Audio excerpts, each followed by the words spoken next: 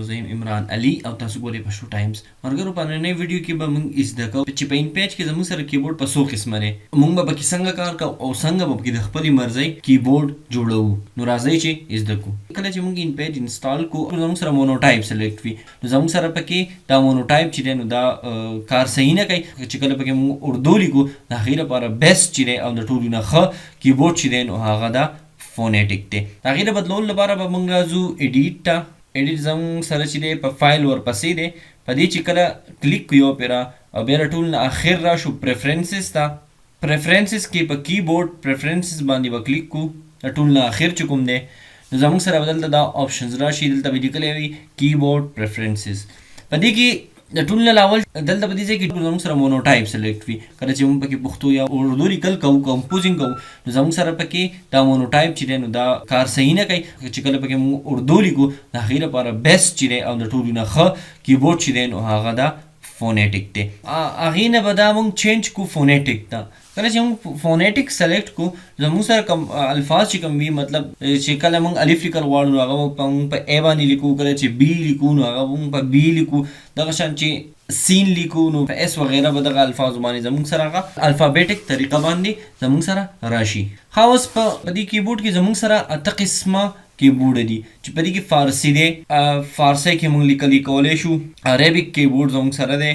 او کشمیری کیبورډ دی کوردیش دی بیا یوزر ډیفاینډ دی یوزر ډیفاینډ کیبورډ چې دی دا هغه کیبورډ ته وایي کوم چې موږ په خپلې مرضۍ مطابق جوړ کړو اوس راځو چې کله موږ زموږ سره دا کیبورډ فونیټیک سلیکټ دی دا موږ سلیکټ کړی دی فونیټیک او اوس فونیټیک کله چې موږ غواړو چې موږ سره په فونیټیک کیبورډ کې څه سري او فونیټیک کیبورډ مطابق معلومات حاصلول غواړو نو د هغې لپاره موږ راځو دلته دا دویم نمبر چې دی فونیټیک کیبورډ ویو په دې ویو باندې کلیک کړو نو د دې کیبورډ مطابق چې کم معلومات وي نو هغه موږ ته دلته راشي دلته دا اوس الف لیکو نو په ای باندې ولیکو او کله چې مد پې لباسه کوو نو په شفټ ای باندې کوو دغه شان سین چې دی په اس باندې دی او صاد لیکو نو په شفټ اس باندې دی دغه شان دال چې دی نو په ډي باندې دی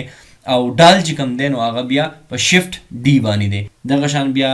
عین غین طازه وغیره وغیره دا په نور ویډیوز کې انشاءالله زده کوو چونکې دا زموږ سره اوس فونیټیک سلیکټ دی په دې کې موږ خپلې مرضۍ مطابق هېڅ قسمه سیټینګ نشو کولی دغه شان بیا د دې نه موږ پرنټ ویستلی شو دا زموږ سره د پرنټ دپاره دی کله چې موږ به دې کلیک کړو دا زموږ سره دلته بیا دې سایز وغیره راکړي او د دې نه بیا موږ پرنټ ویستلی شو ښه اوس غواړو چې موږ دا کلوز کړو نو په دې کلوز باندې چې کله موږ کلیک کړو نو دا به زموږ سره کلوز شي یوزر ډیفاینډ ته به راشو یوزر ډیفاینډ کیبورډ چې دی دا هغه کسانو لپاره څوک غواړي چې یار زه د فونیټیک کیبورډ کې زه کار نه کول غواړم د هغې لپاره به موږ راځو یوزر ډیفاینډ کیبورډ ته کله چې موږ به دې کلیک کړو او بیا لاندې راشو د دویم ځای ته په یوزر ډیفاینډ کیبورډ 1 باندې کلیک کړو نو دا زموږ سره هغه یوزر ډیفاینډ کیبورډ 1 زموږ سره دلته کولی شو ښه اوس په دې کې موږ د خپلې مرضۍ سیټینګ کول غواړو نو راځئ هغه به څنګه کوو اوس زه غواړم چې زما سره دلته دا الف دی ای دی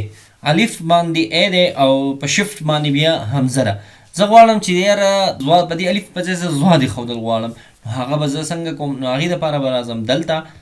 په دې ځای کې به زواد باندې کلیک کړم دا داسې ونیسم ډریګ یې کړم او دلته په دې الف له پاسه یې پرېږدم نو دا به دلته زما سره زواد شي دلته دا زما سره زواد شو ښه اوس زه غواړم چې په دې همزې له پاسه شفټ ای باندې کړم همزه چې ده په دې له پاسه عین راشي نو دلته به زه عین ګورم ښه دلته دا عین دی په دې له پاسه ما یو پیره کلیک کو او دا اوس په ماوس بټن باندې ما ګوتې ایښودي او دا داسې راکاږم دلته په دې همزه باندې پرېږدم نو دا به زما سره دلته عین شي که تاسو ګورئ نو دا زما سره دلته عین شو دغه شان په دې کې زه نور هر قسمه چینجنګز کولی شم اوس زه غواړم چې دلته دا کی دی په دې باندې کاف دی په شفټ کې باندې بل څه ټکی دی زه غواړم چې په دې باندې غاف کم نو دا په دې غاف باندې ما کلیک کو ماوس رایټ بټن باندې مې ګوته ایښودله او داسې راکاږم او دلته پرېږدم نو زموږ سره شفټ کې باندې غاف دلته زموږ سره راغی ښه اوس په دې کې چې دا کوم سیټینګ موږ وکړو اوس موږ غواړو چې دا زه سیف کړم لکه دا زما سره سیف شي او دا زه بیا استعمالوم نو کله چې دلته دا زموږ سره سیف دی او په دې سیف باندې زه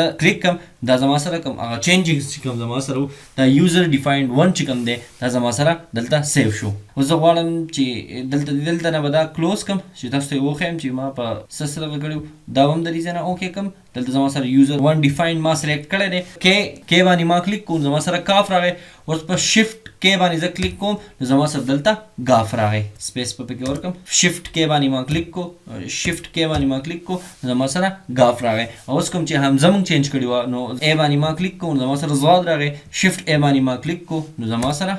عین راغی. نو دا کوم چینجینګز مونږ کړیو هغه زموږ سره دلته راغل. دلته نه زه بیا لاړ شم ایډیټ ته. په ایډیټ کې به پریفرنسز ته به لاړ شم. په پریفرنسز کې به کیبورډ پریفرنسز باندې کلیک کړم. دلته زه غواړم نور چینجینګز پکې کول غواړم. یوزر ډیفاینډ ته رالم. اوس زه غواړم چې یاره دې نه زما سره کوم کیبورډ چې زما سره دي مونوټایپ وغیره د هغې نه څه الفاظ راوړم او په دې ځای کې ګیرم نو هغه هم دلته ایښودی شم ځان سره په یوزر ډیفاینډ کیبورډ کې. دلته مقتدره کیبورډ نه هم سره راوړلی شم او بیا دغه شان د فونیټیک نه هم زه څه الفاظ راوړلی شم او د خپلې مرضۍ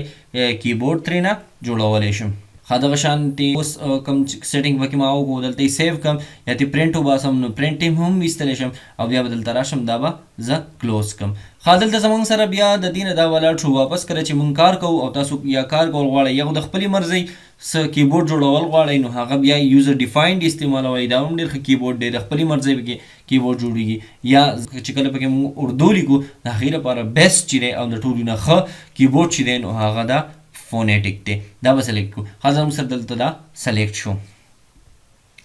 اوس دلته د دې نه علاوه هم پکې پښتو کې هم کار کولی شو او سندۍ کې هم کار کولی شو. کله چې زه غواړم زه په سندۍ کې کار وکړم نو په دې به ټیک کړم او دلته به اوکې کوم نو زه دلته بیا په سندۍ کې هم کار کولی شم. کله هم چې د دواړه زما سره سلیکټ شي نو دا دواړه چې زه سلیکټ کړم دلته اوکې باندې کلیک کړم زه پکې بیا په پښتو کې هم کار کولی شم په سندۍ کې هم کار کولی شم. د دې ځای نه اوس دا ما سلیکټ کړل زه اوکې باندې کلیک کړم نو اوکې به شي زما سره بیا کینسل کول غواړم نو کینسل کېږي زما سره هیلپ وي ما ته سره هیلپ ضرورت وي ما ته چې کوم مسټیک راځي په دې باندې زه کلیک کړم دلته ولیکم د هغه مسټیک مطابق ما ته معلومات دلته بیا هم راکړلی کېدی شي. اوس دا ما دلته دا ټول انیبل کړل او اوکې باندې به کلیک کړم. اوس زه په پښتو کې یا په سندۍ کې لیکل نشم کولی وجه سره ولې که زه لیکل کوم نو هغه به ما سره په اردو کې لیکلی کېږي. وجه سره ولې ځکه چې زما سره دلته چې ښکته موږ راشو نو زما سره دلته اردو سلیکټ دی. هلته ما خو انیبل کړل خو دلته اوس زما سره انیبل نه دی. پښتو او یا سندي ما انیبل کړه او اوس زه غواړم چې دلته ما سره لیکلي هم په هغې کې وشي نو زما سره به اردو لیکلی کېږي. ولې چې د دې کله چې موږ لاندې دې ځای ته راشو او دلته دلته به اردو سلیکټ کړي چې کله موږ په دې باندې یو پیره کلیک کوو نو دا به سندۍ ته واوړي. اوس زه به سندۍ کې لیکل کول غواړم نو دلته به دا زما سره سندۍ کې لیکلی کېږي سندۍ کې لیکلی کېږي دا اوس په سندۍ کې لیکل کېږي. اوس زه غواړم چې پښتو سلیکټ کړم نو کله چې په دې باندې یو دې ځای ته رالم په دې ځای کې ما یو پیره کلیک کو نو دلته به پښتو لیکلی کېږي. دلته به زه بیا په پښتو باندې لیکل کولی شم. دلته اوس دا په پښتو چې لیکلی کوم دا په پښتو کې کېږي. اوس زه غواړم چې په انګلیش کې لیکل کول غواړم نو چې کله په دې یو پیره کلیک کړم زه بیا انګلیش کې لیکل کولی شم. دا اوس زما سره په انګلیش کې لیکل کېږي. اوس دا لینګویج چینج کول چې کوم دي دلته به په دې یو پیره کلیک کو نو دا به واپس دلته دوباره راشي. اوس زه غواړم چې 1 2 3 4 5 چې ولیکم نو دا زما سره دلته بیا په اردو کې هم دا لیکلی کېږي. فرض که دلته ما انګلیش سلیکټ کړی وي نو زما سره به دلته دا انسی چې کوم دي نو دا به په انګلیش کې هم لیکلی کېږي 1 2 3 باندې 4 5 6 7 8 9 دغه شان دا لیکلی کېږي بیا. اوس دا کوم لینګویج چې دی دا د بل ځای نه هم چینج کېږي. کله چې دا چینج کوم او دلته لینګویج ته راشم په لینګویج باندې یو پیره ټوګل کړم نو زما سره دلته دا اردو شوه دلته رالم زه دوباره بیا دې لینګویج باندې کلیک کړم او ټوګل لینګویج کړم دلته زما سره سندي راغی. واپس راشم سندۍ مینه نه خوښ په سندۍ کې لیکل نه کول غواړم نو بیا دلته راشم لینګویج ته په لینګویج کې مې ټوګل لینګویج باندې کلیک کو دلته زما سره راغله پښتو.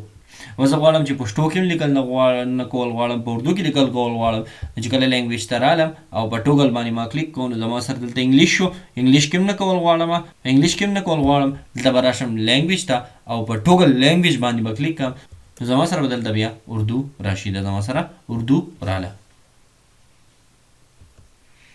نو بس ملګرو په نننۍ ویډیو کې دومره. د بلې ویډیو پورې ماله اجازت راکوئ. د الله په امان.